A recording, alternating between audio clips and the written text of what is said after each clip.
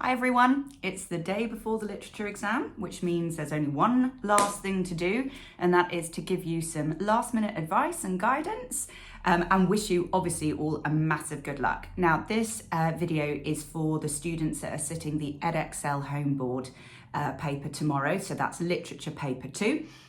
So as you are already aware, I am sure, this paper is set in 2 sections, okay? So you've got section A, which is your 19th century literature. Now, whatever text you're studying, the format will be the same. So you'll have an extract first, and then you'll have a wider question. Just like the previous paper, when you see that extract in front of you, you must remember that the only thing you are being assessed on is your analysis of language structure and form, okay? They want to see a range of devices explored and specifically the impact of those devices, okay? And they also want to see critical terminology. So in the mark scheme, the 2 bullet points in each band is about the depth and the range of the features that you're discussing and their impact, and how accurate and relevant your subject terminology is. So that means that you want to draw attention to the writer's use of metaphor or similes or symbolism or repetition or triads or anything along those lines. As long as you can explain the effect, that's going to get you marks, okay? Now, if you're struggling to find devices, like if you're like, oh, there are no metaphors here, then just zoom in on word choices and think, well, why that word or why that phrase? And try and use the appropriate terminology. So, for example, rather than saying the word such and such suggests, you just say the noun or the verb or the preposition or whatever it might be. But as always, crucially, make sure you explain the effect. A good way of doing that is to examine the connotations of a word. Okay, so you're basically thinking, what do we associate with that word? And that will help you explore how a reader might feel about it or what the effect of it might be. Do try and cover a range across the extract and look out for things like setting. So, if, for example, you were doing Jekyll and Hyde, or A Christmas Carol is another one that is really kind of rich in setting, look out for descriptions of the weather. For the cold if it's A Christmas Carol, for fog if it's Jekyll and Hyde. Look out for descriptions of the buildings and think about the symbolic significance. So do those buildings reflect something about the character themselves, etc. So that's 20 marks, and you're going to spend about 27.5 minutes on it, so not much. So work your way through the extract, figure out your sort of interpretations of the text. Make sure that your topic sentences for each paragraph are really specific.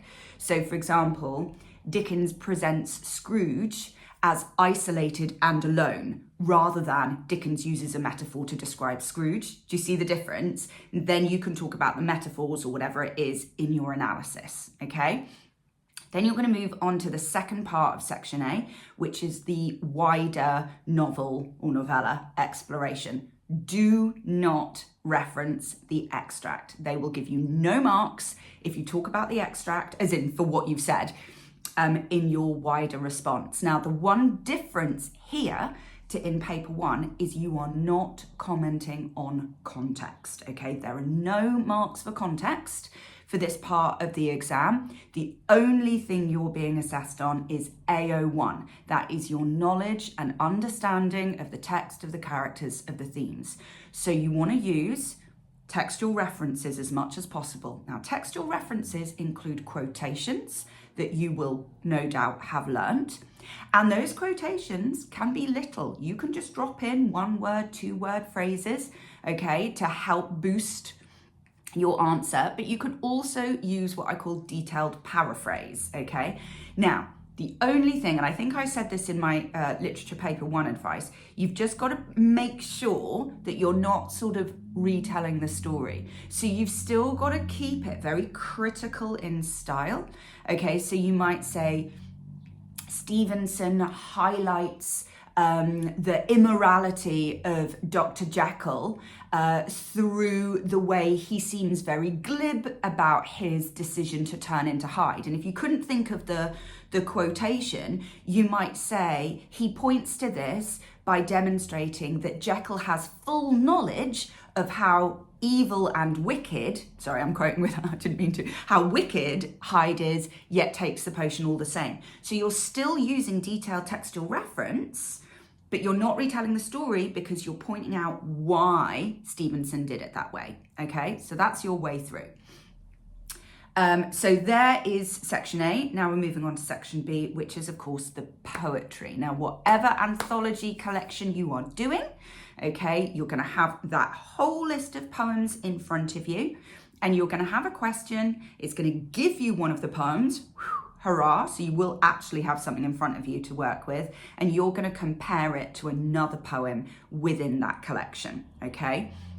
So hopefully you are feeling nice and secure, okay, about all of your poems. But what you need to do is you need to make sure that when you're planning your response, you're thinking about commonalities or links first. So what makes the poems similar, what makes the poems different, okay? So each paragraph you write should start with a comparison, okay? Now, you know, for example, both War Photographer and Belfast Confetti present the horror of war, or present the destruction of war, for example.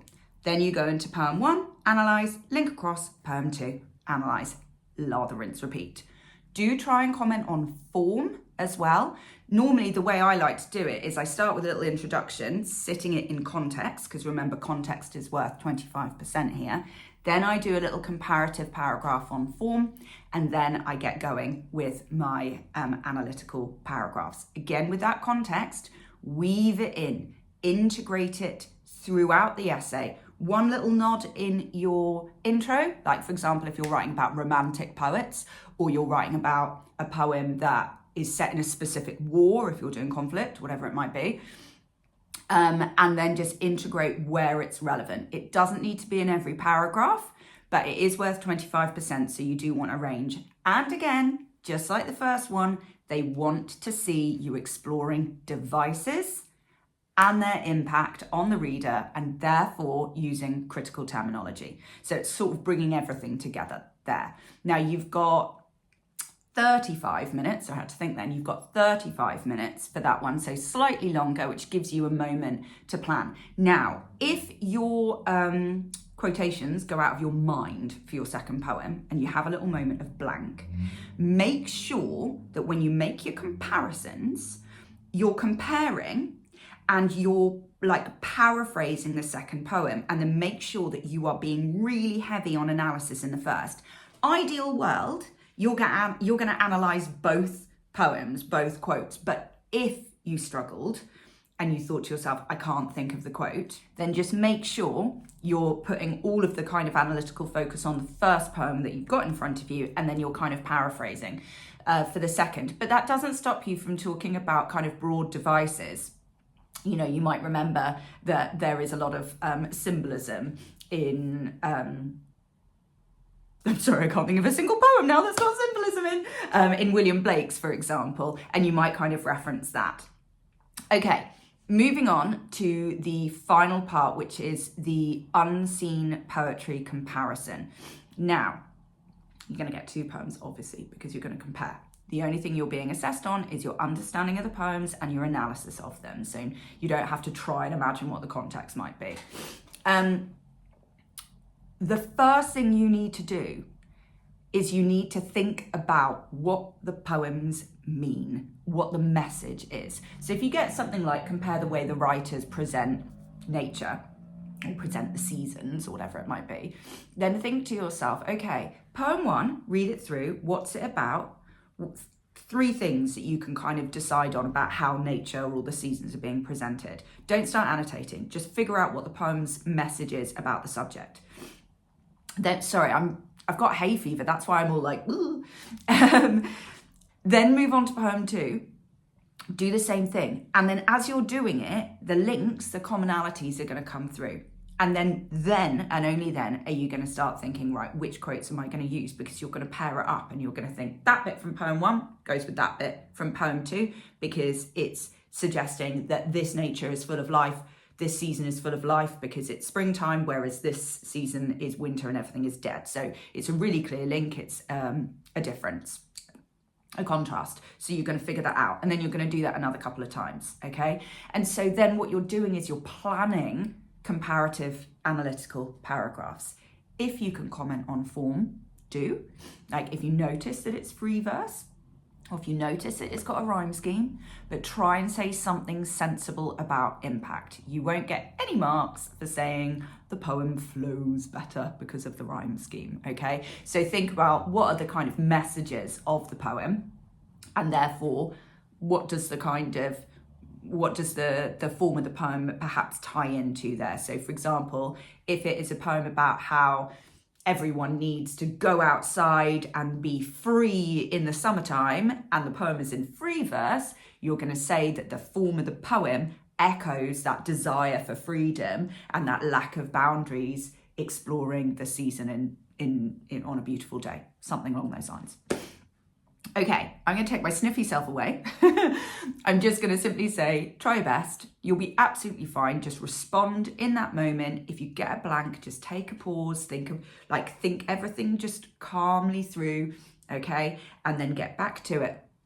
And once you've got to your allocated time, move on to the next one. Because you don't want to spend, like if you get stuck on section 1A or whatever, and you suddenly realize you've spent 40 minutes agonizing it, then you've left yourself with nothing for the next question. So do stick to those times.